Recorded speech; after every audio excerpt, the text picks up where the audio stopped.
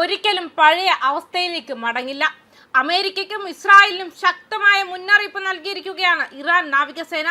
പശ്ചിമേഷ്യയിലും Gulf മേഖലയിലും സംഘർഷങ്ങൾ രൂക്ഷമാകുമ്പോൾ Hormuz കടലിടുക്ക് മാറ്റാനാവാത്ത മാറ്റങ്ങൾക്ക് വിധേയമായിട്ടുണ്ടെന്നും പ്രത്യേകിച്ച് രാജ്യത്തിന്റെ എതിരാളികളായ യുഎസിനും ഇസ്രായേലിനും പഴയ അവസ്ഥയിലേക്ക് മടങ്ങില്ലെന്നും ഇറാനിയൻ നാവികസേന പറഞ്ഞതായി Iranian state broadcaster press TV ഞായറാഴ്ച റിപ്പോർട്ട് ചെയ്തു. പ്രസ് ടിവിയുടെ റിപ്പോർട്ട് പ്രകാരം നാവിക കമാൻഡ് സമീപകാല പ്രാദേശിക സംഭവ വികാസങ്ങളെ അടിവരയിട്ടു. ഇത് ഇപ്പോൾ ഒരു പുതിയ യാഥാർത്ഥ്യം സ്ഥാപിച്ചിരിക്കുന്നു. അതിൽ വാഷിംഗ്ടണിന്റെ നേതൃത്വത്തിലുള്ള ബാഹ്യ പ്രാദേശിക ശക്തികൾക്ക് ഇനി ഇറാന്റെ ഉടനടി സമുദ്ര പരിസ്ഥിതിയിൽ നിബന്ധനകൾ നിർദ്ദേശിക്കാനോ അനിയന്ത്രിതമായ സ്വാധീനം ചെലുത്താനോ കഴിയില്ല. പ്രസ് ടിവി റിപ്പോർട്ട് ചെയ്യുന്നതനുസരിച്ച് എക്സിലെ ഒരു പോസ്റ്റിലാണ് IRGC നാവികസേന ഇക്കാര്യം പറഞ്ഞത്.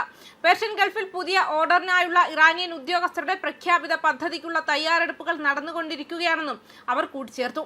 പ്രസ് ടിവിയുടെ റിപ്പോർട്ട് പ്രകാരം ബാഹ്യ ശക്തികളുടെ പ്രകോപനപരവും നിയമവിരുദ്ധവുമായ സാന്നിധ്യമില്ലാത്ത പ്രദേശത്തിന്റെ സ്ഥിരതയും സുരക്ഷയും തീരദേശ രാജ്യങ്ങൾ തന്നെ ഉറപ്പു നൽകണമെന്ന തത്വത്തിൽ പേർഷ്യൻ ഗൾഫിൽ ഒരു പുതിയ തദ്ദേശീയ സുരക്ഷാ ഘടന സ്ഥാപിക്കുക എന്നതാണ് ഈ സംരംഭത്തിന്റെ ലക്ഷ്യം.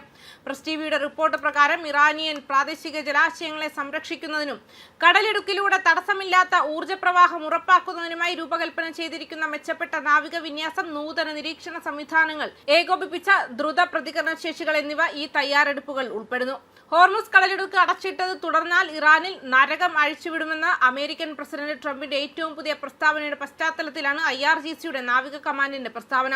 തന്ത്രപ്രധാനമായ ഊർജ്ജ മേഖലയിൽ ഇറാന്റെ നിയന്ത്രണം തുടരുന്നതിനാൽ അമേരിക്ക, ഇസ്രായേൽ, അവരുടെ സഖ്യകക്ഷികൾ എന്നിവരുമായി ബന്ധിപ്പിക്കുന്ന കപ്പലുകൾ ഒഴികെ മറ്റെല്ലാവർക്കും ഹോർമുസ് കടലിടുക്ക് തുറന്നിട്ടുണ്ടെന്ന് രാജ്യത്തെ അധികാരികൾ സൂചിപ്പിച്ചതായി പ്രസ് ടിവി റിപ്പോർട്ട് ചെയ്തു.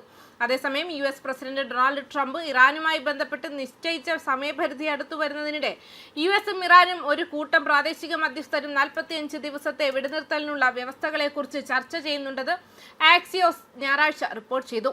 യുദ്ധം സ്ഥിരമായി അവസാനിപ്പിക്കാൻ ഇത് കാരണമായേക്കുമെന്നും വ്യക്തമാക്കുന്നുണ്ട്. ന്യൂസ് ഡെസ്ക് കർമ്മ ന്യൂസ്.